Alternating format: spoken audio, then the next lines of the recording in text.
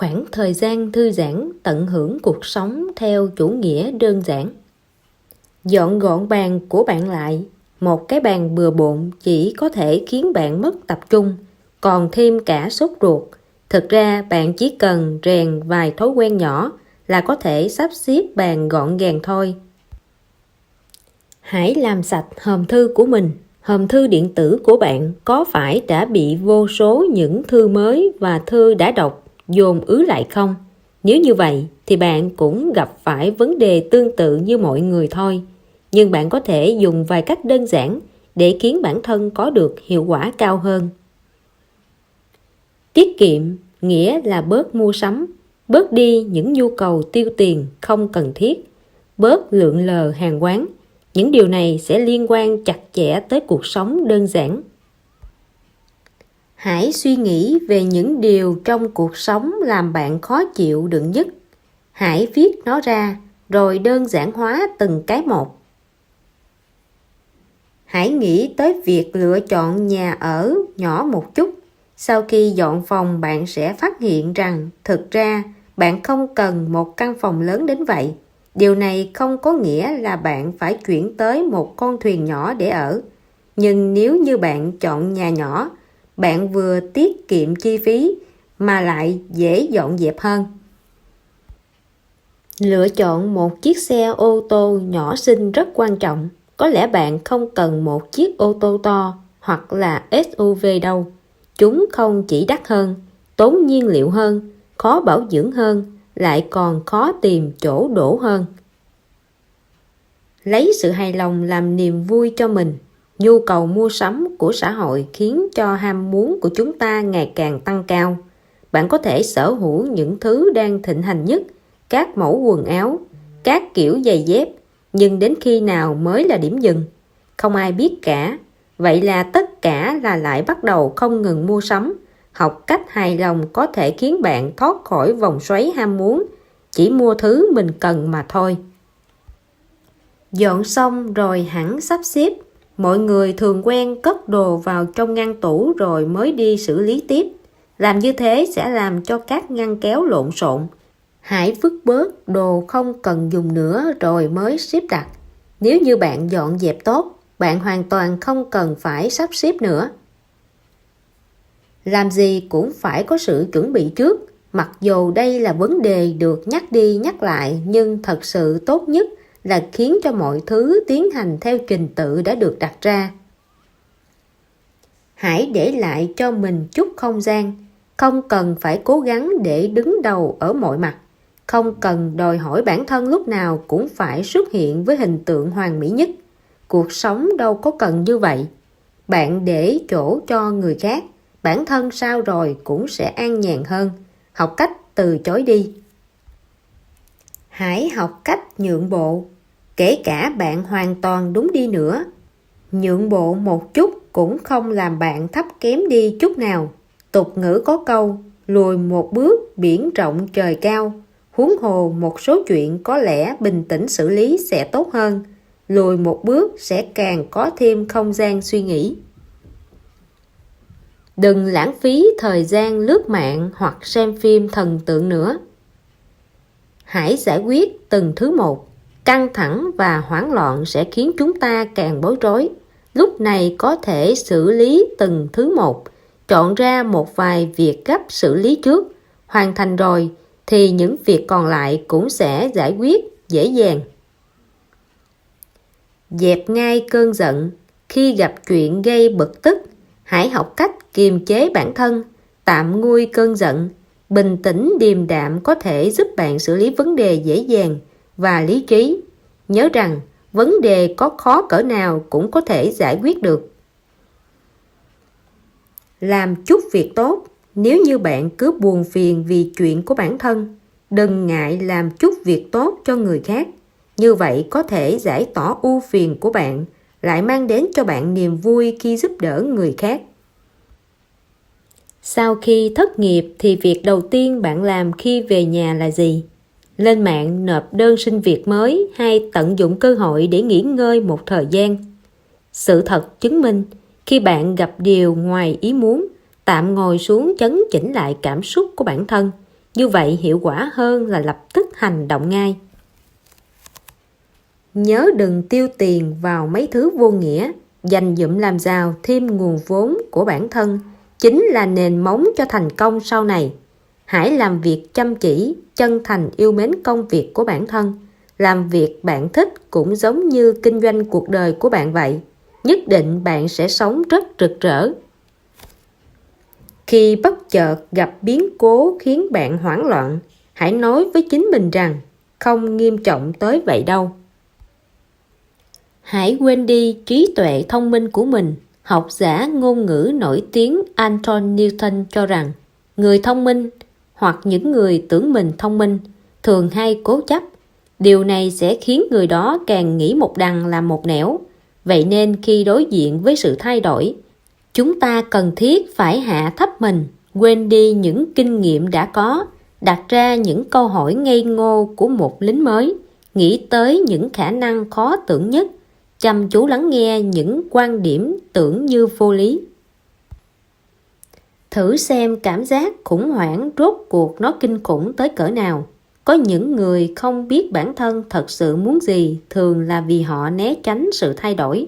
Thực ra làm những thứ mà bạn sợ, ví dụ như chủ động bước lên sân khấu biểu diễn, bạn sẽ phát hiện rằng khi vượt qua nỗi sợ ban đầu rồi, thì sau đó là cả một thế giới mới đang đón chờ bạn. Vài năm trước, ai cũng bảo học được cái MBA là đi đâu cũng xin được việc làm.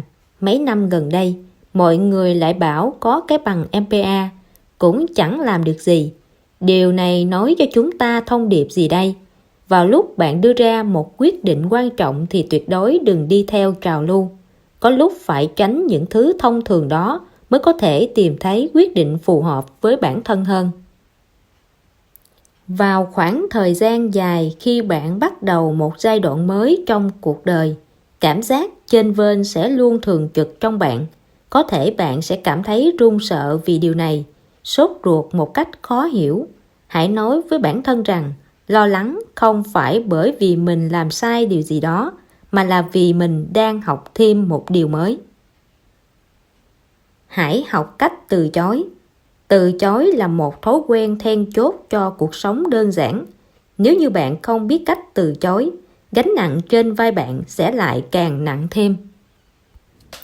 Hãy kiểm soát việc theo dõi tin tức trên mạng của bạn.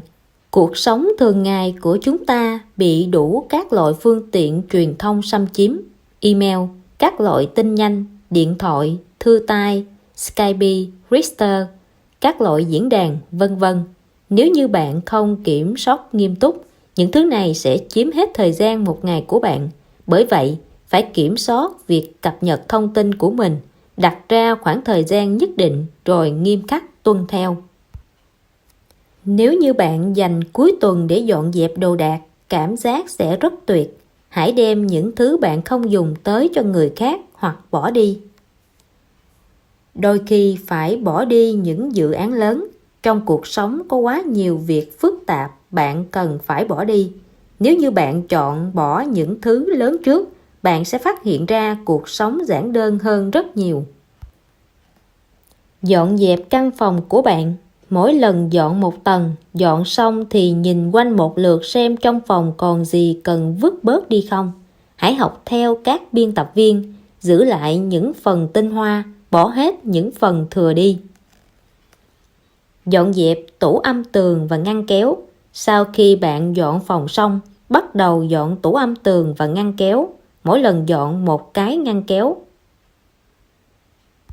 Tủ quần áo của bạn có phải chật chội lắm rồi không? Hãy dọn dẹp nó đi. Bỏ hết những bộ quần áo trước giờ bạn không mặc đi. Hãy tạo ra một tủ quần áo với phong cách và màu sắc phù hợp đơn giản nhất. Thay đổi cách bạn xử lý tài liệu.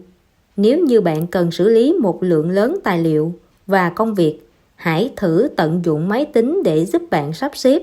Nó sẽ giúp bạn tiết kiệm được rất nhiều thời gian. Hãy khống chế cơn nghiện mua sắm của bạn. Bạn sẽ có thể tránh khỏi nguy cơ trở thành một người theo chủ nghĩa vật chất hay hoang phí.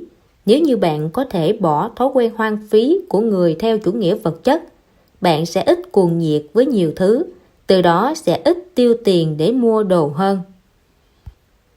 Bình tĩnh lái xe. Người ta khi lái xe lúc nào cũng hối hả và bấm còi rối rít, vừa gây khó chịu cho người khác mà mình cũng chả lợi được gì. Lái xe chậm lại không chỉ giúp bạn an toàn, tiết kiệm nhiên liệu, còn có thể khiến cho bạn bình tĩnh lại nữa. Phải học cách hiểu chuyện, đừng để bố mẹ lúc nào cũng phải lo lắng. Chúng ta lớn rồi, cũng đừng có giữ hết mọi thứ trong lòng. Thật sự có gì buồn thì tâm sự với bạn bè. Chúng ta lớn rồi, phải học cách quan tâm người khác. Đừng có làm cái gì cũng nhờ người ta. Thật sự lớn rồi, đừng có tùy hứng nữa. Phải hiểu rằng rồi có một ngày chúng ta sẽ phải gánh hết mọi trách nhiệm của mình. Có lẽ một con người tốt nhất là tĩnh lặng, dầu cho có sống một mình, vượt qua hết thành phố này đến thành phố khác, bước qua từng con phố, ngắm nhìn từng bầu trời, chứng kiến biết bao lần ly biệt. Thế rồi có thể thản nhiên nói rằng, cuối cùng tôi không cố chấp đến thế nữa rồi. Khoảng cách nào đó khi ta quay người bước đi, để rồi hai con người vốn thân thuộc từ giờ sẽ mãi không gặp lại, cùng đường mà như người dưng, để đến một ngày khi hai người bất ngờ chạm mặt nhau nơi con phố nào đó, ánh mắt lóe lên vẻ ngạc nhiên, rồi cũng học được cách bình thản, điềm đạm mà nói một câu, chào anh, em. Trên đời này sẽ không có ai mãi thuộc về ai. Có người vốn định sẽ phải đớn đau, có người vốn định chỉ là người qua đường, có người lại cũng mãi mãi chỉ thích hợp làm nỗi nhung nhớ chôn chặt trong tim người còn lại mà thôi. Không phải mỗi lần nỗ lực đều sẽ gặt hái được thành quả, nhưng để có được gặt hái thì bạn luôn phải nỗ lực. Đây là mệnh đề không công bằng nhưng không thể đảo ngược. Ở một mình cũng có ích, dù cho có vài người không quen như vậy. Ở một mình làm cho lòng bạn tĩnh lại, cũng giúp bạn lắng nghe được tiếng lòng mình.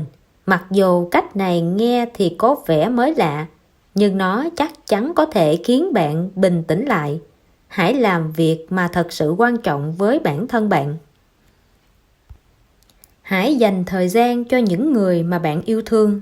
4 năm việc quan trọng nhất của bạn có thể đã bao gồm những việc bạn cùng làm với người mình yêu thương rồi. Những người này có thể là bạn đời của bạn, người yêu, con cái, bố mẹ, gia đình hoặc là bạn thân của bạn. Dành thời gian cùng làm gì đó với họ, hoặc là ngồi chuyện trò tâm sự thôi cũng được. Dành thời gian làm những việc bạn thích. Hãy làm 4 năm việc mà bạn cho rằng là quan trọng nhất. Những cái khác bỏ hết đi.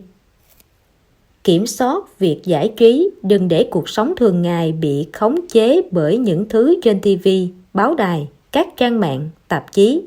Muốn làm cho cuộc sống đơn giản thì hãy hạn chế giải trí bằng truyền thông. Xem lại giờ giấc của mình, bạn dùng một ngày như thế nào? Từ lúc bạn mở mắt tỉnh dậy cho tới lúc nhắm mắt đi ngủ, bạn đã làm những gì trong một ngày? Liệt kê một danh sách xem những việc bạn ghi ra có khớp với mục tiêu cuộc sống cuối cùng của bạn không. Nếu như chưa đúng, nhanh chóng dừng những việc vặt đó lại.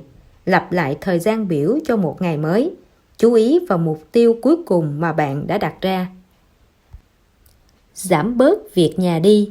Cẩn thận sót lại từng việc bạn phải xử lý trong nhà. Xem có phải nó cũng nhiều vô tận như việc ở cơ quan không. Đối với vấn đề bị quá tải thì việc nhà chúng ta cũng sẽ cảm thấy bất lực y như vậy. Tập trung vào việc quan trọng nhất. Thử bỏ bớt những việc rườm rà nặng nhọc đi. Trì hoãn là một loại thói quen cực kỳ xấu.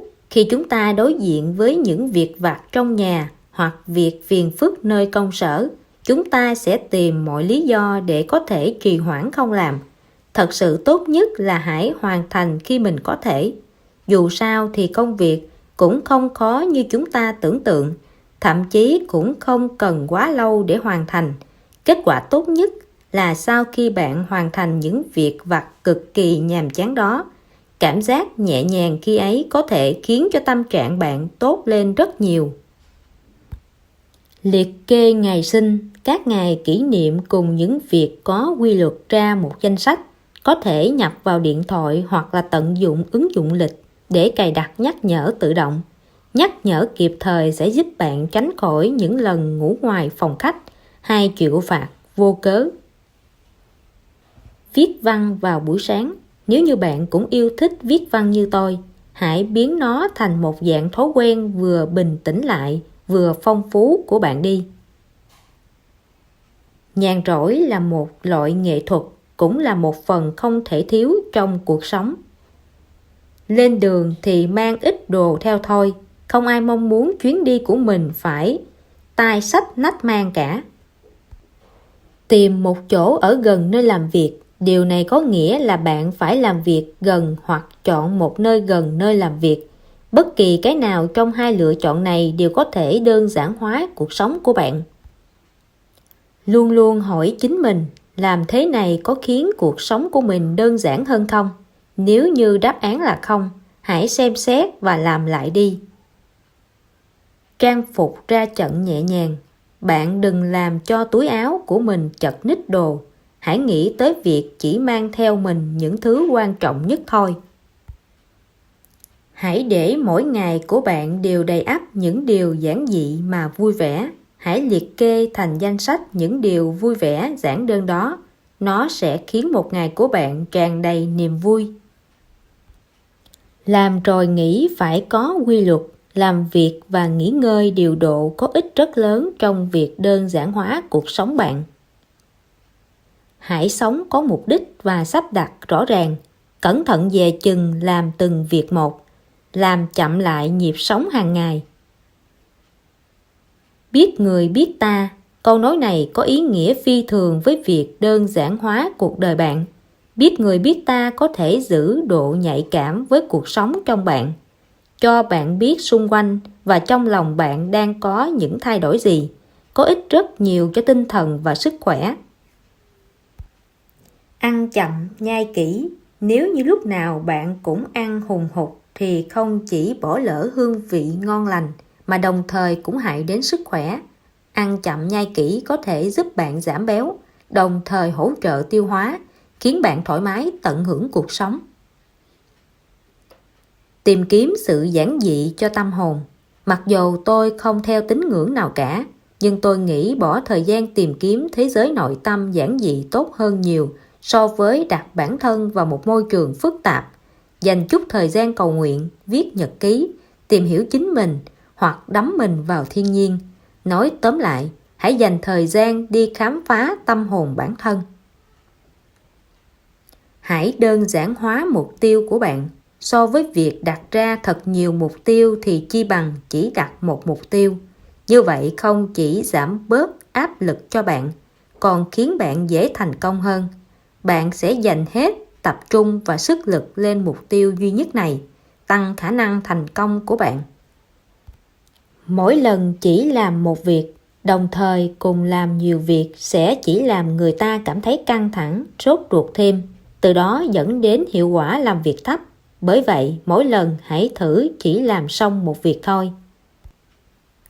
Đơn giản hóa hệ thống tài liệu của bạn. Xếp tài liệu thành cả chồng dày không hề đạt được tác dụng quản lý nào hết. Một hệ thống tài liệu được sắp xếp hợp lý mới có thể hỗ trợ cho bạn. Bớt đọc quảng cáo đi. Bản chất của quảng cáo là làm cho người ta muốn tiêu tiền. Giảm tiếp xúc với quảng cáo dù là đồ in ấn hay trên mạng, là phát sóng trên TV hay đài phát thanh. Như vậy bạn mới có thể giữ vững tâm trí của mình. Mỗi ngày hãy liệt kê ra những việc quan trọng, chỉ hoàn thành 3 việc quan trọng nhất trong số đó.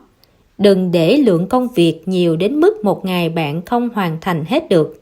Một ngày chỉ làm 3 việc mà khiến bạn thấy có kết quả nhất. Đề cao chất lượng chứ đừng theo số lượng. Đừng để mấy thứ lặt vặt không liên quan làm ảnh hưởng cuộc sống của bạn. Hãy sắp xếp hợp lý thu nhập của bạn. Dù việc này không dễ cho lắm, nhưng bản thân tôi cũng đang cố gắng theo đuổi mục tiêu này. Đơn giản hóa ghi chép ngân sách của bạn. Rất nhiều người né tránh ghi lại ngân sách thu chi vì đây là một việc rất phức tạp, nhưng trên thực tế nó lại rất quan trọng. Để lại đủ thời gian, bất kể là các cuộc hẹn hay việc gì khác. Đừng để cho hết việc này đến việc khác chen chúc lẫn nhau. Làm gì cũng chừa lại khoảng trống, bạn sẽ sống nhẹ nhàng hơn. Cuộc sống tệ đến một mức nào đó rồi tự nó sẽ lại tốt lên, vì nó không thể nào tệ hơn được nữa.